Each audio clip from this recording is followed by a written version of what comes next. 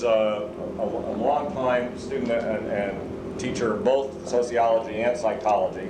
He's written a number of books over the years that have been, I would say, extremely influential in terms of what might be called power elite or elite style analysis of how the political system works in the United States. As to say, we have in this country some people who believe that it's a consensus, or there are veto groups, or whatever it is. It's not some elite that rules.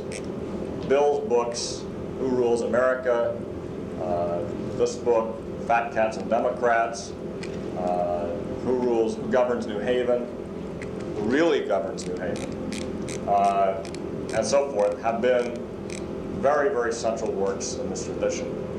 Professor Rothbard, I think, generally well known. Even I'm going to introduce him, as you can see here, so we can just slip him right in. But he's the author, most recently, of The Ethics of Liberty, and also, obviously, of America's Great Depression, Man, Economy, and State, and so forth. I'm Bill Evers. I'm a graduate student of political science at Stanford, and I dabble in all sorts of questions, including this one. So I'm going to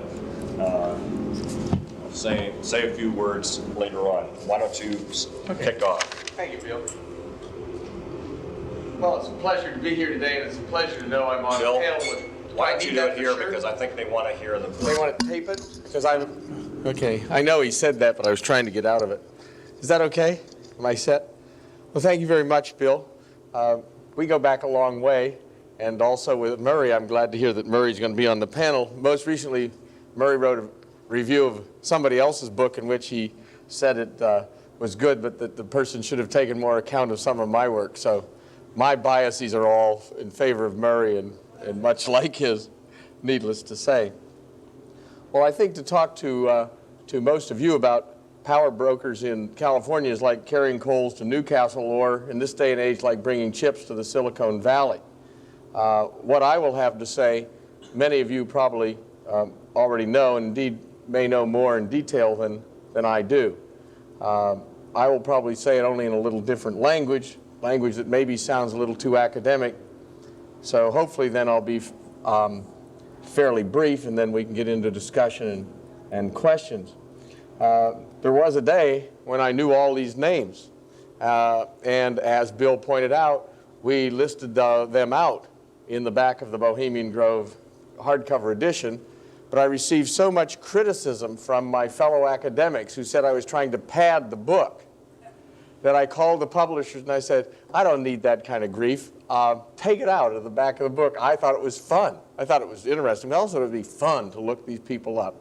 But I got a lot, as I say, a lot of criticism, so we dropped it out of the paperback edition. The publisher didn't want to, but I felt embarrassed that nobody thought it was as fun as I did. At any rate, over the years, what has happened then is the names have gradually dropped out for me, but the process remains and the general structure remains. And I feel that the names are interchangeable and you can fill them in any given era or epoch. Well, what I'm going to say today is that the powerful exist in networks. Networks, to use another fancy term, are often nested within each other.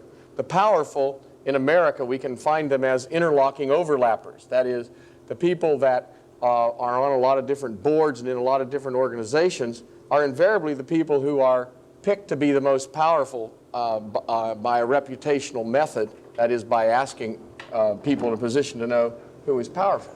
Hi, Murray. Hi. How you doing? Good to see you again, Bill. Good to see you. So they are interlocking overlappers. The people who are power brokers are people who link networks together. They are not necessarily the most powerful people in the given state or in the nation, but they are instead the people that are the go-betweens, that articulate the needs of the various parts of the network. When we talk about the most powerful, we're talking about, I believe, the people who stand at the center of the corporate networks in the state of California.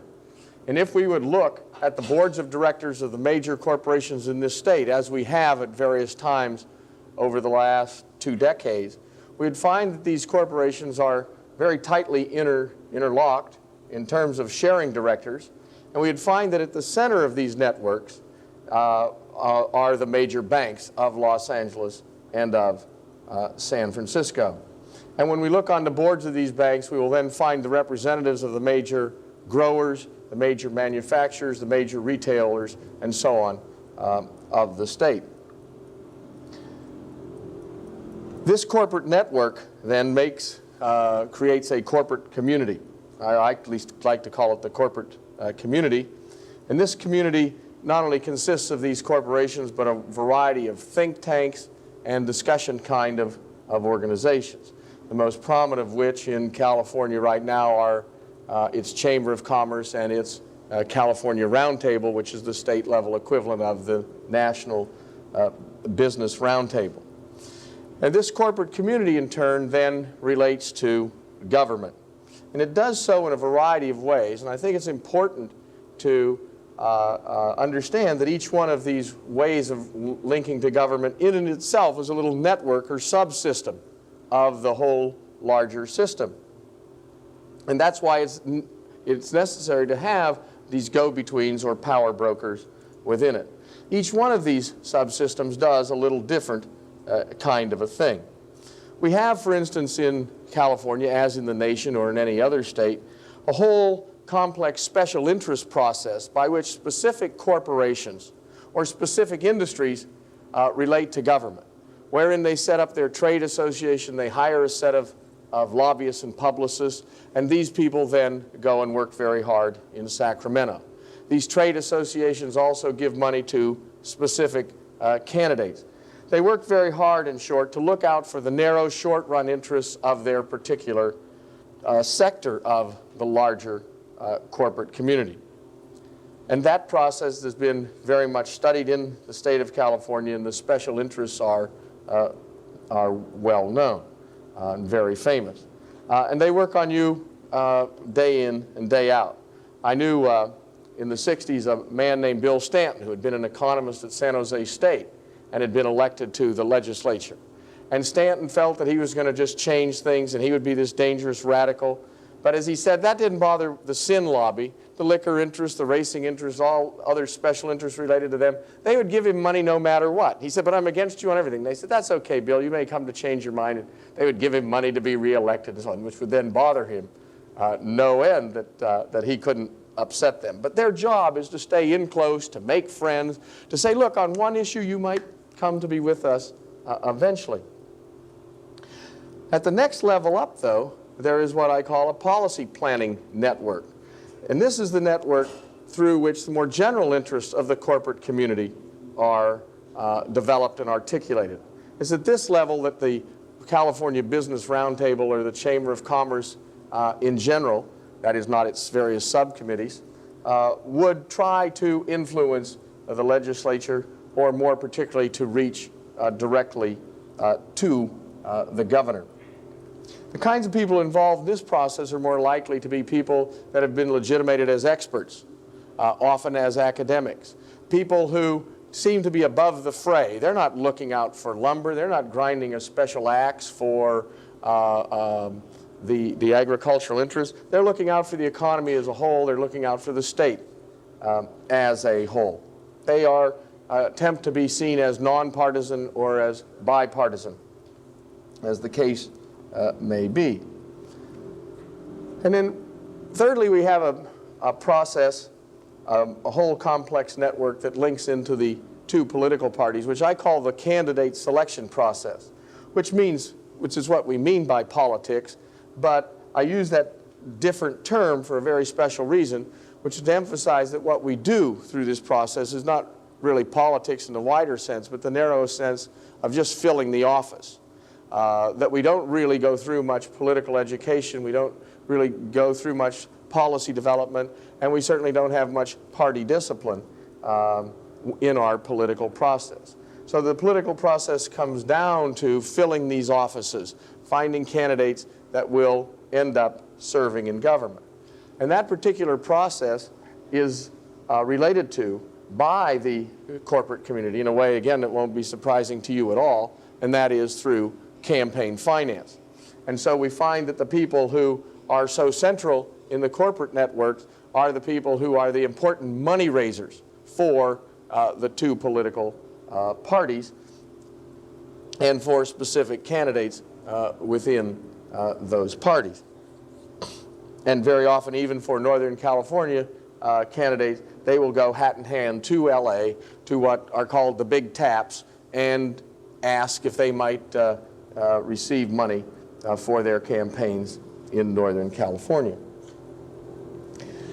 Those, I think, are the main ways in which this corporate community relates to a government here in California, and as I say, in the nation as a whole.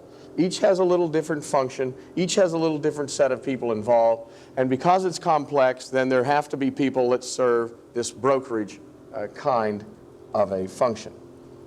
Well,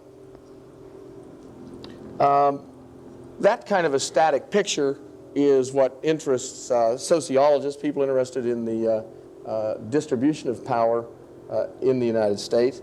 But more interesting to you, perhaps, is what they are doing, and I wanted to just say a brief word about that. I agree with Fran Piven and Richard Cloward, who at the national level say that currently the powerful in the United States are involved in a new class war. Their major concern is to undercut the social programs that were developed in the 1960s and the 1970s. They want to undercut those social programs because they provide, in effect, a social wage to a great many people, which makes them then more resistant to cuts in their individual wage. In short, in order to have workers be willing to work for less, to make America then more competitive in the international economy, this new class war has been undertaken. It's undertaken by saying all those liberal social experiments failed, all those liberals that were sort of running amok with their ideas, trying this and that out, it all was really crazy kind of idea. Well, as a power analyst, I don't know whether they were crazy ideas or not.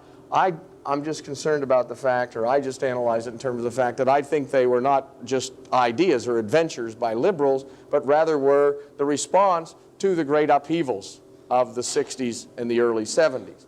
And that this was the way of dealing with the disruption that was occurring in the system. Now that that disruption has gone away, meaning that most people are back in their routines, now we can brand all of those as liberal social experiments, wild ideas from the Ford Foundation and so on, when I think they were basically damage control kinds of programs, which from the side of the poor were one, and from the side of the corporate community could be seen as kinds of concessions. This class war is being fought in the name of ideas that are, I know, dear to your hearts, namely the idea that government should not be big, or if it should exist at all, it should do the very bare minimum. In other words, it's a libertarian sounding kind of program, but I do not think that the corporate community is libertarian. I think rather that they are very pragmatic. And when there is disruption, they are social democrats. And when there's no disruption, then they're libertarians.